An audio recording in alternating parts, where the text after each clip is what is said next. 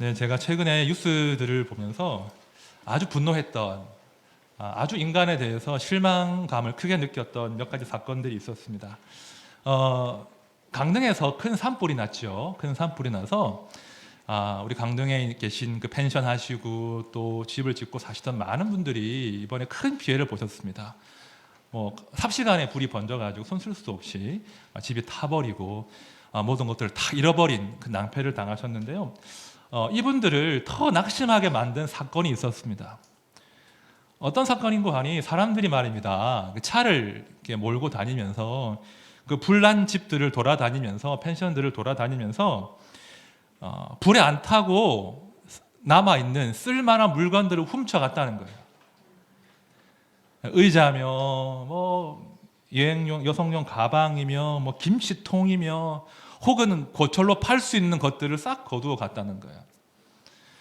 불이 나서 모든 것들을 다 잃어버린 그런 낙담 가운데 있는데 사람들이 막 왔다 갔다 하면서 문을 열어보고 훔쳐갔다는 거죠. 제가 그 기사를 보는데 이런 인간들이 다 있나, 이런 인간 같지도 않은 인간들이 있구나, 막 분노했던 그런 일이 있었습니다. 자, 그런가 하면 최근에는 또 우리 모두를 경악하게 하는 사건들이 연이어 벌어지고 있죠. 전세 사기 사건. 서민들에게 말입니다. 그 5천만 원, 1억 5천만 원이라고 하는 그 전세 보증금은 자기 전부잖아요. 어쩌면 자기의 목숨처럼, 그죠? 목숨과도 바꿀 만한 너무나 소중한 전 재산인데 그 전세 보증금을 노린 일당들이 조직적으로 전세 사기 행각을 벌인 거예요. 뉴스를 보니까 참 사연들을 제가 접하면 제가 막 눈물이 나더라고요. 얼마나 낙심이 큰지 절망 가운데 절규하는 그들을 제가 봤습니다. 심지어는 우리가 알지만 너무 큰 절망 가운데 자기의 목숨까지 끊어버리는 그런 일들이 벌어지고 있죠. 제가 그 뉴스를 보는데 어떻게 이런 사람들이 있을 수 있는가? 그렇죠? 다른 사람 눈에 피눈물 나게 만들고 다른 사람이 평생을 일구어온 그 자산들을 하루아침에 다 가로채면서 그 눈물을 알 텐데 그 고통을 모르지 않을 텐데 그 돈을 가지고 호가호위하겠다는 거죠. 호의호식하겠다는 그런 사람들의 이야기를 들으면 화가 치밀어 오르는 거예요. 참을 수가 없는 거예요. 어떻게 인간들이 저럴 수가 있는가. 사람에 대한 실망이 깊어지는 거죠. 사실 하루가 멀다 하고 그런 일이 벌어지지 않습니까? 아침에 한번 폰 열고 스마트폰 뉴스 보십시오. 그렇죠? 끊임없이 인간에 대한 실망, 그렇죠? 인간에 대한 어떻게 인간성이 바닥까지 떨어질 수 있는가 하는 사건들이 매일매일 벌어진다는 것입니다. 제가 몇 번 말씀드렸지만 실로 우리 시대는 인간 문명의 성장과 진보가 아니에요. 문명의 성장과 진보가 아니라 인간성이 끝물을 바닥으로 추락하고 있는, 그죠? 인간성이 퇴보하고 있는 그런 시대를 살고 있다는 것입니다. 인간은 구제불능이에요. 자, 그런데 말씀이 이 부분을 사실은 이미 정확하게 지적하셨거든요. 하나님의 말씀은요, 인간에게, 사람에게 일말의 기대도 걸지 않아요. 자, 말씀을 들어보십시오. 만물보다 더 거짓되고 아주 썩은 것은 사람의 마음이니 누가 그 속을 알 수 있습니까? 자, 하나님의 말씀은요, 사람은 도통 믿을 만한 존재가 아니라고 지금 선언하고 있는 거예요. 모든 만물보다 사람의 마음이 가장 거짓되고 가장 썩은 것이다 라고 지금 말씀은 선언하고 있습니다. 자, 그런데 아십니까? 이 예레미야 말씀이 아까 우리가 설교 초반에 이야기했던 그 몹쓸 사람들에게만 해당되는 겁니까? 그렇지 않다는 거예요. 우리 모든 인간이 다 그렇다는 거예요. 하나님의 말씀은 모든 인간을 죄인이라 선언하시고 모든 인간은 하나님 앞에서 아무 쓸모없는 무기력한 존재에 불과하다. 그것이 말씀에서 말씀하는 진리입니다.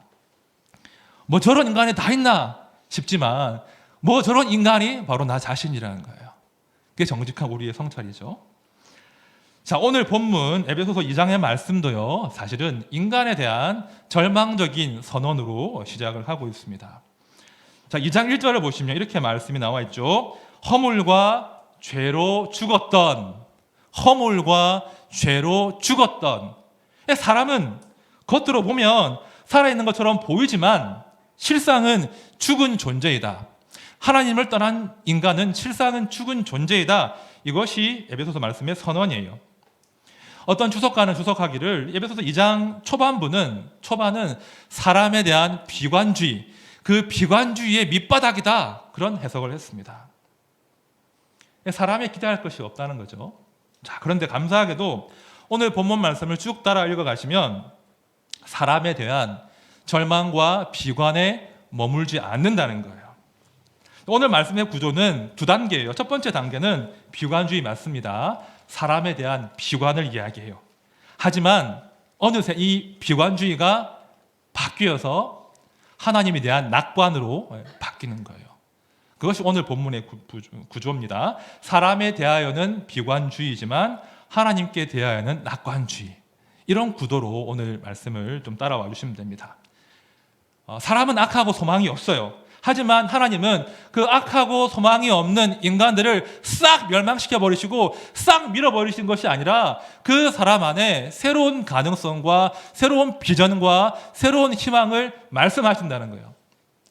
특별히 교회 가운데, 성도 가운데, 교회를 통해서 하나님께서 이 땅 가운데 새로운 비전과 새로운 희망을 창조해 내십니다.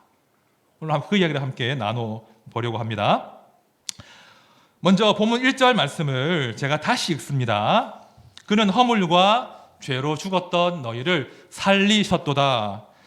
1절 말씀은요, 사실은요, 개역개정 성경이 번역을 잘못했어요. 한글 성경 가운데 개역개정만 이런 번역을 했는데요. 원문에 따르면 1절의 주어는 그가 아니에요. 그가 아니라 너희고요. 살리셨도다 그 단어도 등장하지 않습니다. 원문에 따르면 1절의 정확한 번역은 이겁니다. 너희는 너희의 허물과 죄로 죽었다. 너희는 너희의 허물과 죄로 죽었다. 이것이 1절의 내용이에요. 그러니까 하나님을 떠난 인간은 다 죽었다. 이것이 말씀의 서론이고요. 그리고 이어지는 2절과 3절을 보시면 이 인간의 죽음이 뭘 의미하는지를 상세하게 지금 설명하고 있습니다. 자, 2절과 3절 말씀 우리 다 함께 읽어보겠습니다. 시작. 그때 너희는 그 가운데서 행하여 이 세상 풍조를 따르고 공중의 권세 잡은 자를 따랐으니 곧 지금 불순종의 아들들 가운데서 역사하는 영이라. 전에는 우리도 다 그 가운데서 우리 육체의 욕심을 따라 지내며 육체와 마음에 원하는 것을 하여 다른 일들과 같이 본질상 진노의 자녀이었더니. 아멘. 자, 지난주에 이미 제가 설명드린 구절이죠. 자, 이 두 구절을 보면 성경에서 말씀하는 근본적인 죽음의 상태가 어떤 것인지 알 수 있어요. 그러니까 성경이 말씀하는 죽음은 단순히 생물학적인 죽음이 아니라요, 하나님이 아닌 다른 주인을 따르고 섬기는 것을 죽음이라고 규정하고 있습니다. 하나님이 아닌 다른 것들을 따르고 섬기는 것이 죽음이에요. 그럼 사람이 하나님의 형상이잖아요. 그렇죠? 하나님의 형상이란 말의 의미는요, 우리가 하나님을 마주보고 사는 존재라는 거예요. 하나님을 바라보고 하나님과 교제하고 그분을 닮아가고 그분과 동행하는 존재, 이것이 하나님의 형상인데 이 하나님의 형상이 파괴되어 버린 거예요. 그래서 하나님과 교제하고 하나님을 닮아가는 것에는 도무지 관심이 없는 거예요. 도무지 그것에는 관심이 없고 그저 이 땅의 풍조를 따르고 내 욕심을 따라 살 때만 신이 나고 심장이 뜨거워지고 힘이 나는 그 상태. 그러니까 하나님에 대하여는 심장이 차갑게 식어서 작동하지 않고 내 욕심에 대해서는 심장이 뜨겁게 달구어지는 그런 상태가 바로 죽음의 상태인 거예요. 자, 이렇게 죽어버리니까 하나님의 형상이 마침내 진노의 자녀가 되어버립니다. 3절 말씀 다시 보십시오. 전에는 우리도 다 그 가운데서 우리 육체의 욕심을 따라 지내며 육체와 마음에 원하는 것을 하여 다른 이들과 같이 본질상 진노의 자녀였더니. 하나님의 형상인데 하나님의 형상이 죽어서 진노의 자녀가 되어버린 거예요. 자, 진노의 자녀, 어떤 말이겠습니까? 사랑을 받는 자녀가 아니라 진노를 받는 자녀인 거예요. 누구의 진노죠? 하나님의 진노. 그렇죠? 여러분, 사람의 분노, 사람의 성내는 것과는 차원이 다른 하나님의 진노가 지금 사람에게 부어졌다라고 지금 이야기하는 겁니다. 유명한 청교도 목사님 가운데 도나단 에드워즈 목사님 아시죠? 그 목사님이 쓰신 유명한 설교가 하나 있습니다. 이런 제목이에요. 진노하시는 하나님의 손 안에 든 죄인. 진노하시는 하나님의 손 안에 든 죄인. 이런 설교가 있는데 제가 한 대목을 읽어볼게요. 하나님의 진노는 그들을 향하여 타오르고 있습니다. 그들의 멸망은 임박해 있습니다. 구덩이는 준비되어 있고 불도 준비되어 있습니다. 용광로는 이미 뜨거워졌습니다. 그들을 받아들일 모든 준비가 되어 있습니다. 이미 불길은 타오르고 있습니다. 번쩍이는 칼은 이미 그들 위에 들려져 있습니다. 그들의 밑에는 구덩이가 입을 벌리고 있습니다. 목사님이 말씀 가운데 하나님의 진노를 설명하신 거죠. 여러분, 하나님의 진노는요, 당장 우리를 불사를 수 있는 아주 무시무시한 것입니다. 그리고 죄인을 심판하고자 하시는 하나님의 이 진노의 결심은 누구도 막아설 수 없는 거예요. 그러니까 진노의 자식이 되었다는 것은 너무나 끔찍한 일이죠. 옆에 이제 우리 그 부부가 같이 앉은 분도 계시고 이제 가족들이 계실 텐데요. 우리가 당신은 하나님의 선물입니다라고 인사하셨죠. 진심으로 하신 거죠. 그런데 이 하나님의 선물이 원수가 될 때가 있잖아요. 그렇죠? 원수가 되면 이제 아내가 남편에게 분노할 수 있습니다. 그렇죠? 혹은 반대로 남편이 아내에게 분노할 수 있겠죠. 우리 남편 여러분, 아내가 나에게 분노하면 평안하십니까? 만약에 아내가 나한테 지독한 분노를 품고 있다면 그 삶이 평안할 수 있겠습니까? 반대로 남편이 나에게 분노하고 있다면 아내의 삶이 평안하겠습니까? 혹은 내 자녀가 나에게 분노하고 있다면 그 삶이 평안할 수 있겠습니까? 우리가 말입니다. 사람의 분노를 사도 우리 삶의 평화가 다 깨어집니다. 밤에 잠 못 자요. 하물며 하나님께서 우리 인생들에게 진노하시면, 누구도 막을 수 없는 진노가 우리 위에 머문다면 너무나 그 인생은 두렵고 끔찍한 거예요. 그것이 하나님을 떠난 인간의 상태라고 지금 바울이 진단하고 있는 것입니다. 제가 이 이야기를 지금 꽤 길게 하고 있는데요. 제가 이 이야기를 길게 하는 것은 여러분들을 두렵게 하고자 함이 아니에요. 그런 의도가 아니라 저는 이 대목에 오래 머물지 않으시기를 바라면서 이 말씀을 드린 거예요. 왠지 아십니까? 하나님의 진노는요, 하나님의 무서운 분노는요, 성도의 현재를 설명하는 단어가 아니라 이미 흘러가 버린 과거이기 때문이에요. 다시, 하나님의 진노는 성도의 현재와는 하등 상관이 없는 과거의 일이기 때문이에요. 자, 본문 2절과 3절을 눈으로 다시 보십시오. 제가 중요하게 표시한 부분이 보이실 거예요. 2절, 3절 보십시오. 그때 너희는, 전에는 우리도, 그때에, 전에는 지금 바울이 아주 의도적으로 지금 이 단어를 쓰고 있는데요. 지금 사도 바울은 2절과 3절을 과거의 일로 표현하고 있는 거예요. 이해되십니까?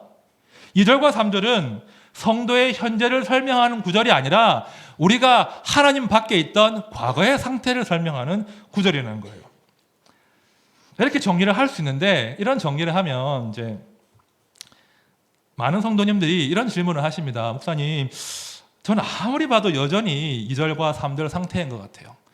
저는 굉장히 유행에 민감하고요, 이 땅의 풍조를 따라가기 급하고요, 내 욕심을 따라 살 때만 신이 나는데 그럼 저는 여전히 진노의 자식인가요? 이런 질문을 하실 수가 있습니다. 저는 아직 구원을 받지 못한 것입니까? 라고 두려워하실 수도 있다는 거예요. 많은 분들이요, 실제로 구원받았음에도, 성도임에도 내가 여전히 진노의 자식이 아닌가? 나 구원받는 거 맞나? 라고 근심을 많이 하십니다. 근심할 때가 참 많아요. 물론 이 근심은요, 상당히 유익합니다. 우리가 믿음 가운데 근심하는 것은 우리를 성장시키게 하고 우리의 믿음이 자라가게 하는 거예요. 하지만 중요한 것은 그 근심이 우리 인생들을 향하신 하나님의 그 호의에 대한, 사랑에 대한 의심과 불신앙으로 이어지면 안 된다는 거예요. 근심할 수는 있으나 우리를 향하신 그 하나님의 호의와 동정과 은혜에 대한 의심과 불신앙으로 이루어지면 안 된다는 겁니다. 안타깝게도 많은 성도님들이 의심하시고 믿지 않으십니다.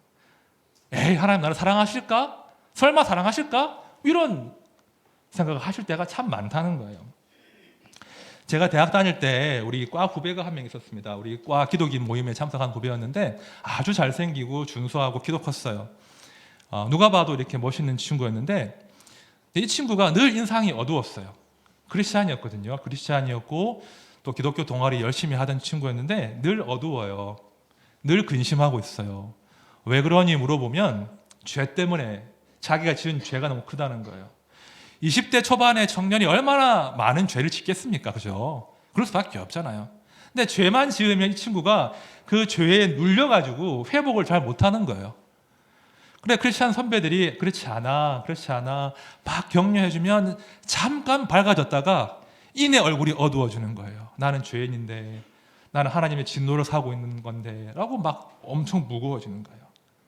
조금만 자기에게 어떤 문제가 생기면 내가 지금 하나님의 진노를 받아서 형벌을 받는 거구나. 그렇게 자기를 막 못 살게 굴더라고요. 아주 오랜 기간 그런 고통을 그 친구가 당했습니다. 어떤 분들은 기질적으로 그런 분들이 계세요. 기질적으로 좀 자기에 대한 기준이 엄격하시면 내가 조금만 죄를 짓고 실수해도 내가 지금 벌 받을 것 같아. 내가 구원받았나? 그런 의심을 하실 수 있다는 거예요.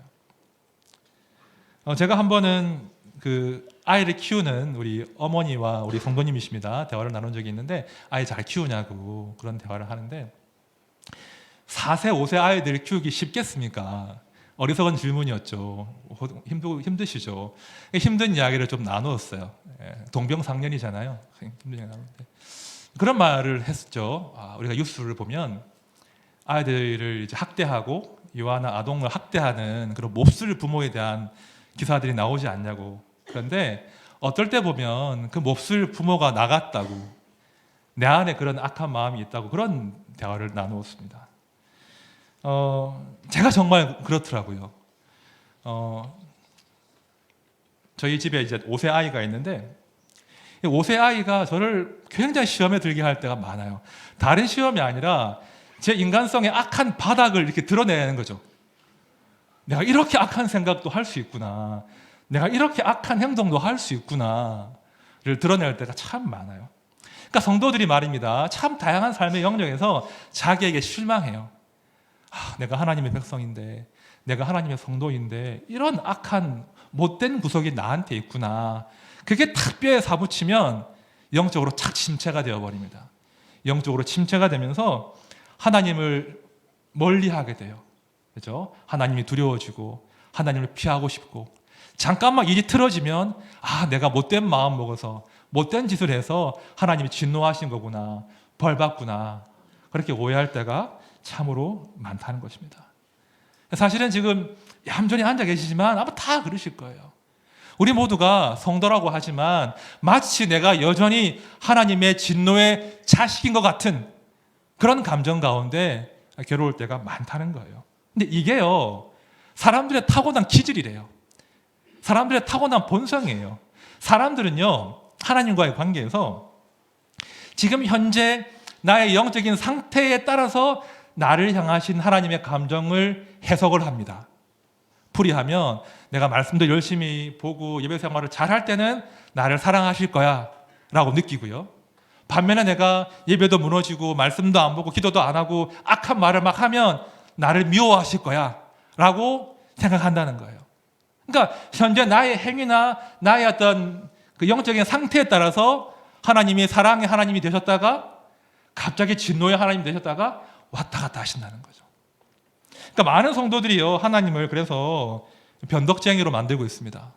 그러니까 우리가 변덕을 부리는 건데 하나님을 변덕쟁이로 만든다는 거예요. 자, 내 행위의 기초에서 나를 향하신 하나님의 감정을 해석하려고 하면요, 하나님께서 변덕스러운 신이 되어버리는 거예요. 바로 이것이 말입니다. 우리를 공격하는 사단의 전략입니다. 그걸 아셔야 돼요. 사단은 끊임없이 우리에게 이렇게 지적하는 거예요. 너 그것밖에 안 되잖아. 너 또 같은 죄 지었잖아. 너 또 실수했잖아. 너 지금은 잘 살지만 너 10년 전에 5년 전에 그런 죄 지었잖아. 막 오래된 죄까지 들추어내면서 마치 우리가 하나님의 자녀가 아니라 하나님의 진노 아래 머물러야 마땅한 것처럼 그렇게 우리를 매도한다는 거예요. 그죠? 마치 우리가 하나님의 진노 아래 살아야 마땅한 사람인 것처럼 우리에게 거짓말하는 것이 사단의 특기예요.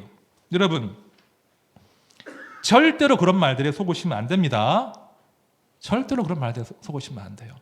자, 오늘 말씀을 보세요. 오늘 말씀은요, 제가 말씀드린 것처럼 사람에 대해서, 사람의 행위에 대해서 아무런 기대를 하지 않거든요. 하나님은요, 사람들에게 아무런 기대하지 않으세요. 하나님은요, 사람에게 철저히 비관주의세요. 너희가 할 수 없다는 거 나 충분히 알고 있어. 너희가 나의 의로움에 도달할 수 없음을 내가 충분히 알고 있어. 하나님, 우리의 한계를 다 아신다고요. 아시기 때문에 우리에게 요구하지 않으시는 거예요. 아시기 때문에 우리에게 요구하지 않으시고 하나님이 직접 이 상황을 해결하신다는 겁니다. 자, 말씀 보시면 다시 구조를 제가 좀 설명해 드리면 이 1절부터 3절까지의 주어는요, 다 사람이에요. 자, 1절과 2절의 주어는 너희가 주어고요. 3절의 주어는 우리예요, 우리. 그러니까 1, 2, 3절의 주어는 하나님이 아니라 사람이에요. 자, 그런데요, 4절로 넘어가면서 그 주어가 바뀝니다. 자, 4절을 한번 눈으로 보십시오. 4절에서 주어가 누구십니까? 4절의 주어가 누굴까요? 4절의 주어는 하나님이세요. 자, 원문을 잘 보면 그 4절 앞에는요, 그러나를 넣어야 되거든요. 자, 우리가 4절, 5절 읽을 텐데 한번 같이 읽어봅시다. 화면 보시면서 시작. 그러나 긍휼이 풍성하신 하나님이 우리를 사랑하신 그 큰 사랑을 인하여 허물로 죽은 우리를 그리스도와 함께 살리셨고 너희는 은혜로 구원을 받은 것이라. 자, 4절은요, 원문을 보면 그러나 하나님이 라고 시작해요. 그러나 하나님이. 3절까지 사람이 주어일 때는 아무런 소망이 없는 사람에 대한 비관주의였는데 4절을 기점으로 하나님이 주어가 되시고 하나님이 우리 인생들에 대한 주도권을 가져가시니까 갑자기 반전이 일어나는 거예요. 하나님의 진노가 사라지고요, 하나님의 긍휼과 하나님의 큰 사랑과 하나님의 은혜가 등장합니다. 인간의 무기력함은 다 사라지고 하나님이 당신의 긍휼과 당신의 그 사랑과 은혜로 우리를 살리셨다고 지금 선포하고 있는 거예요. 이 엄청난 반전이에요. 그러니까 논리적으로는 별로 설명이 안 돼요. 분명 3절까지는 인간은 진노의 대상이었는데 갑자기 4절에서 하나님의 진노가 다 거두어지고 긍휼과 사랑과 은혜만 남아있는 그런 상태로 되어버린 것입니다. 언뜻 보기에 전혀 논리적이지 않은 이 전개와 반전을 어떻게 해석할 수 있겠습니까? 이 3절과 4절 사이에 무슨 일이 벌어진 겁니까? 자, 우리 1장 7절 말씀 우리 같이 읽어보겠습니다. 시작. 우리는 그리스도 안에서 그의 은혜의 풍성함을 따라 그의 피로 말미암아 속량 곧 죄사함을 받았느니라. 아멘. 자, 우리가 한 건 없죠. 우리는 예수 그리스도 안에서 그의 피로 말미암아 속량 그 죄 사함을 받은 겁니다. 하나님께서 예수의 피라고 하는 그 값비싼 대가를 지불하시고 우리의 소속을 지금 이미 바꾸신 거예요. 더 이상 우리는 진노의 자녀가 아니라 하나님의 자녀가 된 거죠. 하나님의 자녀에게는 하나님의 진노가 향하지 않습니다. 대신 하나님의 긍휼과 사랑과 은혜의 얼굴만 남아있는 그런 상태가 되어버린 거예요. 자, 고린도후서 5장 17절 말씀 들어보십시오. 그런즉 누구든지 그리스도 안에 있으면 새로운 피조물이라. 이전 것은 지나갔으니 보라 새 것이 되었도다. 아멘. 자, 지금 하나님의 선언인데요, 예수 안에 있으면 우리는 진노의 자식이 될 수 없어요. 예수 안에서 우리는 새로운 피조물이 된 것입니다. 이것은요, 하나님의 선언, 선포예요. 여러분, 하나님의 선언은요, 논쟁거리가 아니에요. 하나님의 선포는요, 뭐 해석할 여지가 없어요. 하나님의 선언은 그저 믿음으로 인정하고 받아들이고 영접하고 그 앞에 굴복하면 되는 거예요. 여러분, 하나님의 선언을 의심하는 것만큼 하나님의 마음을 아프게 하는 게 없다는 걸 꼭 기억하십시오. 자, 8절 보십시오. 우리 함께 읽습니다. 시작. 너희는 그 은혜에 의하여 믿음으로 말미암아 구원을 받았으니 이것은 너희에게서 난 것이 아니요 하나님의 선물이라. 선포예요. 구원은 하나님의 선물인 거예요. 하나님의 선물은 감사함으로 누리면 돼요. 이 선물이 내가 써도 되는 건가? 이런 고민할 게 아니라 하나님의 호의의 선물은 그저 받아서 누리시면 되는 거예요. 그 선물이 나의 소망임을 확인하시면 돼요. 그 선물이 나의 정체성의 확고부동한 기초임을 그냥 인정하시면 돼요. 그런데 자꾸 왜 뒤로 돌아가십니까? 왜 스스로 무덤을 파고 마치 내가 하나님의 진노 아래 사는 사람처럼 그렇게 스스로를 힘들게 하십니까? 성도는요, 이 하나님의 호의와 동정을 절대로 무시하시면 안 됩니다. 이미 선언하신 우리의 새로운 신분에 대해서 의심하시면 안 됩니다. 그것을 무효로 만드시면 안 돼요. 우리는 이 선물을 누리면 되는 겁니다. 오늘 저는요, 이 말씀에 근거해서 두 가지 적용을 해보려고 합니다. 자, 첫 번째 적용은요, 우리가 선물 공동체가 되는 것입니다. 선물 공동체. 자, 8절 9절 말씀 제가 읽을게요. 너희는 그 은혜에 의하여 믿음으로 말미암아 구원을 받았으니 이것은 너에게서 난 것이 아니요 하나님의 선물이라. 행위에서 나는 것이 아니니 이는 누구든지 자랑하지 못하게 함이라.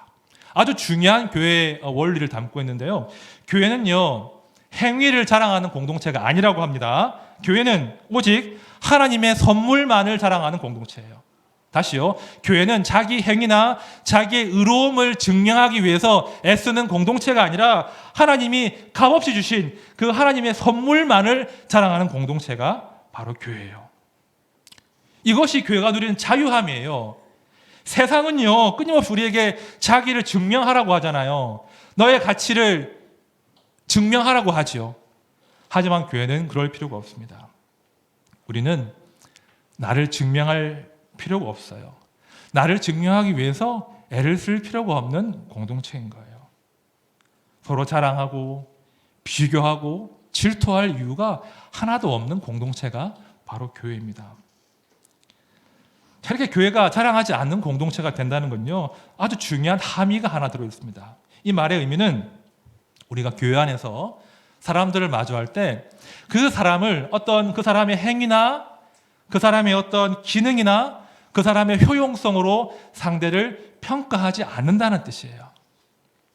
하나님께서 우리를 그저 자격이 없지만 은혜로 사랑하신 것처럼 우리도 공동체에서 서로를 바라볼 때 어떤 기능이나 효용성이나 사람의 수준으로 판단하지 않고 그저 은혜로 사랑하는 것이 우리 공동체의 정체성이 되어야 된다는 것입니다.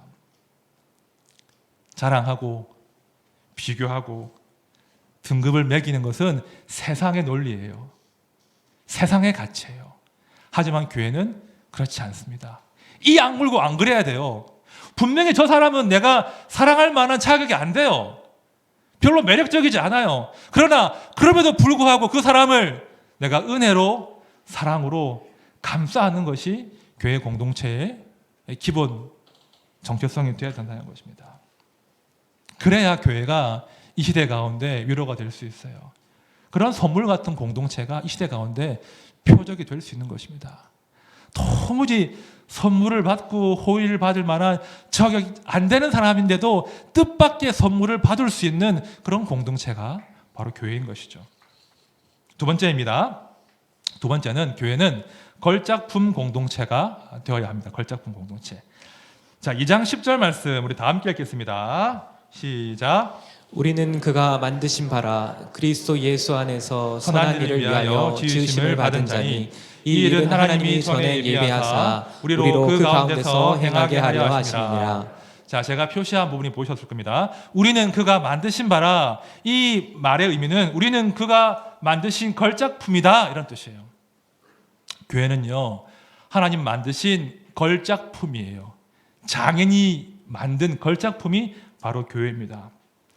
걸작품이 그냥 뚝딱 찍어내지 않죠? 걸작품 만들기까지는 시간이 필요해요.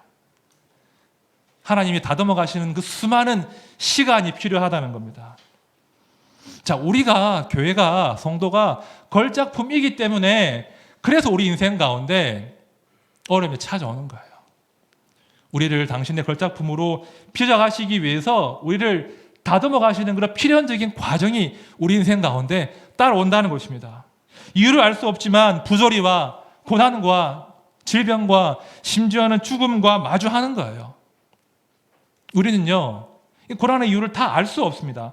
이 고난이 하나님이 허락하신 고난인지 그냥 이 타락한 이 땅 때문에 내가 받는 애매한 고난인지 불청객인지 확인할 도리가 없다는 거예요. 해석할 도리가 없다는 거예요. 제가 철들고는 계속 이 인간의 이 고난에 대한 고민들을 많이 했거든요. 철학 공부도 하고 신학책도 읽고 많은 목사님들을 만나보고 인간이 경험하는 고난의 의미가 뭡니까? 이 삶의 부조리에 어떤 하나님의 뜻이 있습니까? 아무도 모르시더라고요. 어떤 책을 봐도 어떤 강의를 들어봐도 어떤 훌륭한 목사님을 만나도 인간의 그 부조리에 대해서 다 설명하실 수 없더라고요. 여러분, 인간의 부조리와 고난은 누구도 해석할 수 없습니다. 왜 이 일이 나한테 닥친 것인지 저 성도의 가정에 닥친 것인지 해석할 도리가 없다고요. 그러나 우리가 반드시 붙잡아야 될, 이를 악물고 붙잡아야 될 명확한 진리는 성도가 당하는 고난은 하나님의 진노의 결과가 아니라는 거예요. 성도가 당하는 아픔, 고난은 절대로 하나님의 진노가 아닙니다. 이유는 알 수 없지만 성도가 고난당한다면 그것은 우리를 빚어가시는 하나님의 손이에요. 당장 이해가 안 되지만, 당장 억울하지만, 당장 해석할 수는 없으나 그 고난은 절대로 하나님의 진노가 아니라 우리 인생을 다듬어 가시는 하나님의 손길이에요. 그걸 믿음으로 수용하셔야 돼요. 그래야 그 고난이 우리에게 의미가 있습니다. 아프지만 그 고난이 우리를 빚어갈 수 있다는 거예요. 마태복음 말씀 들어보십시오. 상한 갈대를 꺾지 아니하며 꺼져가는 심지를 끄지 아니하기를 심판하여 이길 때까지 하리니. 자, 상한 갈대, 꺼져가는 심지, 이것이 지금 현재 우리를 설명하는 우리의 단어, 우리의 현 실존이라고 할지라도 그 꺼져가는 심지와 상한 갈대가 하나님의 손에 붙들릴 수만 있다면, 하나님의 손에 있다면 그 상한 갈대와 꺼져가는 심지도 마침내는 하나님의 걸작품이 된다. 이것이 성도가 이를 악물고 지켜내야 될 믿음인 거예요. 여러분, 절대로 비관하지 마십시오. 절대로 나와 우리 자녀들과 우리 이웃들의 현재 상태에 근거해서 그들의 장래에 대해서 우울한 전망을 하지 마십시오. 끊임없이 나 스스로에게, 우리 자녀에게, 그들에게 하나님의 복음을 선포하셔야 돼요. 누가 뭐라고 해도 너는 하나님이 빚어가시는 하나님의 걸작품이다. 선포하셔야 돼요. 절대로 속지 마십시오. 누가 뭐라고 해도 지금 네 형편이 그러할지라도 네가 하나님의 손에 붙들려 있다면 하나님 반드시 빚어가신다. 이 믿음으로 서로에게 복음을 선포하셔야 됩니다. 이제 말씀을 정리합니다. 마지막 한 가지 당부만 더 드립니다. 여러분, 우리 인생의 주어를 꼭 바꾸십시오. 주어를 빨리 바꾸십시오. 우리가 내 인생의 주어가 되어버리면요, 그 인생은 결국은 망합니다. 소망이 없습니다. 우리가 주어가 아니라 하나님께서 우리 인생의 주어가 되셔야 됩니다. 내가 주어로 살던 그 옛사람과 과감하게 이별을 선포하십시오. 내가 스스로 무덤 파고 내가 스스로 하나님의 진노의 자녀가 되는 그런 과오를 범하지 마십시오. 하나님의 호의와 동정을 소중하게 여기십시오. 그리고 그러나 하나님이, 그 4절의 반전, 그러나 하나님께 우리가 소망을 두어야 된다는 거예요. 우리에게 선물을 주시기를 기뻐하신 하나님, 우리 인생들을 당신의 걸작품으로 빚어가기를 원하시는 그 하나님을 내 인생의 희망으로 삼고 내 인생의 주어로 삼고 우리 아들, 딸과 우리 남편과 아내의 삶의 주어가 될 수 있도록 격려하셔야 돼요. 그렇게 할 때 우리가 과거에 매이지 않고 하나님의 걸작품으로 살아낸다는 것입니다. 우리 함께한 모든 성도님들 꼭 기억합시다. 우리는 하나님의 걸작품이에요. 그 분명한 진리를 마음에 품고 이번 한 주간도 걸작품답게 당당하게 사시기를 진심으로 축원드립니다. 함께 찬양합시다. 정말 주어를 바꿔내는 작업은 되게 쉽지 않아요. 내가, 우리가, 우리 집이, 우리 남편이, 이 사람이 주어인 땅을 살고 있잖아요. 끊임없이 주어를 하나님으로 바꾸어내는 작업을 하셔야 돼요. 하나님이, 주님이, 예수님이 내 인생의 주인 되시고 그분이 주어가 되셔야 돼. 이걸 고백하고 살아야 되는데요. 우리 인생 가운데 하나님의 나라가 주님이 주인 되셔야 됩니다. 우리 함께 찬양할 때 하나님 정말 그렇습니다. 내 인생 가운데, 우리 가정 가운데, 우리 아들, 딸의 인생 가운데 주의 나라가, 주님이 주인 되시는 그 나라가 임하기를 소원합니다. 우리 함께 찬양합시다.